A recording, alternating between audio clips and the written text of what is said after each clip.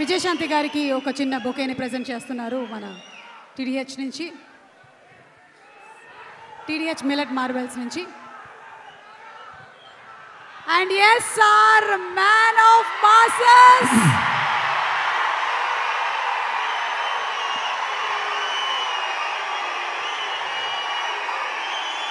ఇక్కడికి విచ్చేసినటువంటి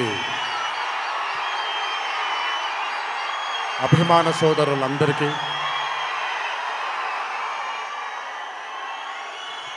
మళ్ళీ ఎప్పుడు కనబడతాను తెలియదు, ఒకసారి మాట్లాడివ్వండి తనివి తీరాలి.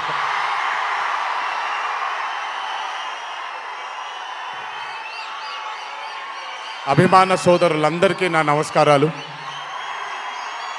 ఇక్కడికి విచ్చేసినటువంటి పాత్రికేయ మిత్రులకి, మీడియా మిత్రులకి, ఇక్కడికి విచ్చేసినటువంటి అర్జున్ సన్ ఆఫ్ వైజయంతి చిత్రం బృందం అందరికీ కూడా నా నమస్కారాలు. ఈ వేదిక పైన చాలాసార్లు నేను అన్నా నిల్చున్నప్పుడు నాన్నగారు చాలాసార్లు రావడం, మాట్లాడడం జరిగింది. ఈరోజు మొట్టమొదటిసారి స్టేజ్ పైన నాన్నగారు లేరు అనే లోటు తీరినట్టయింది విజయశాంతి గారు మాట్లాడుతూ ఉంటే. నాకొక్క క్షణం అర్జున్ సన్ ఆఫ్ వైజయంతి చిత్రంలో నాన్నగారు ఈరోజు ప్రీ రిలీజ్ ఫంక్షన్ రోజు నాన్నగారు ఉండుంటే ఎలా ఉంటుందో అది ఈరోజు విజయశాంతి గారు మాట్లాడినప్పుడు నాకు ఆ లోటు భర్తీ అయిపోయింది. చాలామంది హీరోలు చాలామందికి రంజింపజేసి చాలామందిని అభిమానుల్లో చొరగొన్నాం, కానీ ఏ రోజు కూడా ఒక మహిళ విజయశాంతి గారు సాధించినటువంటి గొప్పతనం ఏ మహిళ సాధించలేదు. కేవలం మన తెలుగు చలన చిత్రసీమలోనే కాదు, భారతదేశపు చిత్రపటంలో హీరోలతో ఈక్వల్గా నిల్చున్న ఏకైక మహిళ ఎవరైనా ఉన్నారంటే అది విజయశాంతి గారు ఒక్కళ్ళే. కర్తవ్యం అవ్వచ్చు, ప్రతిఘటన అవ్వచ్చు, మగరాయుడు అనే మూవీ అవ్వచ్చు, ఆవిడ చేసినటువంటి ఎన్నో సినిమాలైనా మీరు చూసుకుంటే ది అరే ఆఫ్ రోల్స్ ఆవిడ చేసింది. నాకు తెలిసి భారతదేశంలో వేరే ఏ హీరోయిన్ ఎవరూ చేయలేదు, అది ఆవిడ ఒక్కడికే దక్కింది. ఈ చిత్రం అర్జున్ సన్ ఆఫ్ వైజయంతి అనే థాట్ కూడా నాకు అనిపిస్తుంది, మరి నిజమో లేదో తెలియదు. కర్తవ్యంలో ఉండే ఆ పోలీస్ ఆఫీసర్కి ఒక కొడుకు పుడితే ఎలా ఉంటుందో అక్కడి నుంచే మొదలై ఉండొచ్చు డైలాగ్, ఐడియా. సో చాలా ఆనందంగా ఉంది ఈరోజు ఇలాంటి మా అన్న మూవీకి రావడం ఒక పెద్ద ఆనందం, ఎందుకంటే మిమ్మల్ని అందరినీ కలుసుకోవడం కూడా జరుగుతుంది. కానీ ఈ మూవీలో ఒక చిన్న ఉత్సాహం ఎక్కువ ఉంది, ఎందుకనంటే ఈ చిత్రాన్ని నేను చూడడం జరిగింది.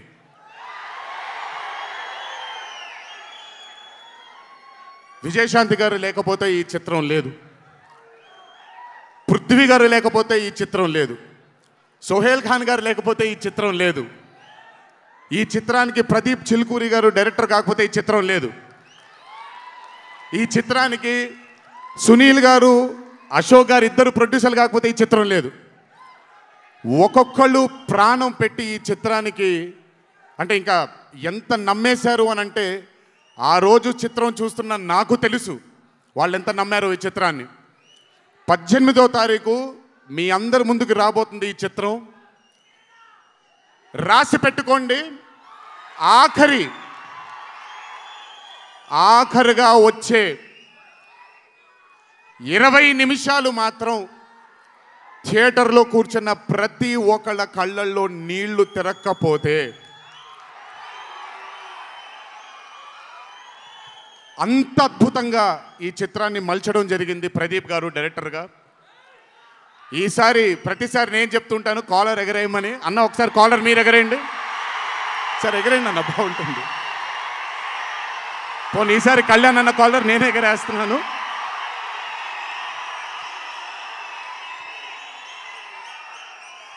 సినిమా చూస్తున్న నాకు నా వల్ల కాలేదు కళ్ళలోంచి నీళ్ళని ఆపుకోవటం. రేపొద్దున్న థియేటర్లో చూసిన మీ అందరికీ అర్థమవుతుంది ఆ క్లైమాక్స్ అలా రావడానికి, క్లైమాక్స్ అని కూడా చెప్పేస్తాను, ఆఖరి 15 నిమిషాలు అంటే క్లైమాక్సే కదన్నా, అది పెద్ద దాచాల్సిన అవసరం లేదు. కానీ సర్లేండి, ఇంకో ఎంతో దూరం లేదు. ఆ ఆఖరి 15 నిమిషాలు అలా రావడానికి ఒకే ఒక కారణం కళ్యాణ్ అన్న మాత్రమే. అయినా ఆ ఐడియాని నమ్మకపోయి ఉంటే ఒక ప్రేక్షకుడిగా నేను ఎంజాయ్ చేసేవాడిని కాదు ఆ చిత్రాన్ని. అయినా నమ్మి ఎంత డెడికేట్ చేశారంటే ఆయన చాలా సినిమాలు చేశారు కళ్యాణ్ అన్న, ఎన్నో అరే ఆఫ్ మూవీస్ చేశారు. కానీ అర్జున్ సన్ ఆఫ్ వైజయంతి ఒక స్పెషల్ ఫిలింగా ఆయన కెరియర్లో నిలిచిపోతుంది అనేది నా నమ్మకం. మనసు పెట్టి ప్రాణం పెట్టి పర్ఫామ్ చేశారు.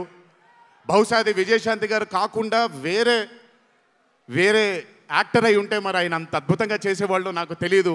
నమ్మేశారు ఆయన, అమ్మా అమ్మా అమ్మా అమ్మా అని నమ్మేసి పూర్తిగా విజయశాంతి గారిని ఆయన నమ్మేసి ఒక తల్లిగా నమ్మేశారు కాబట్టి అంత అద్భుతంగా పర్ఫామ్ చేయడం జరిగింది. చూడండి, 18వ తారీఖు రాబోతుంది.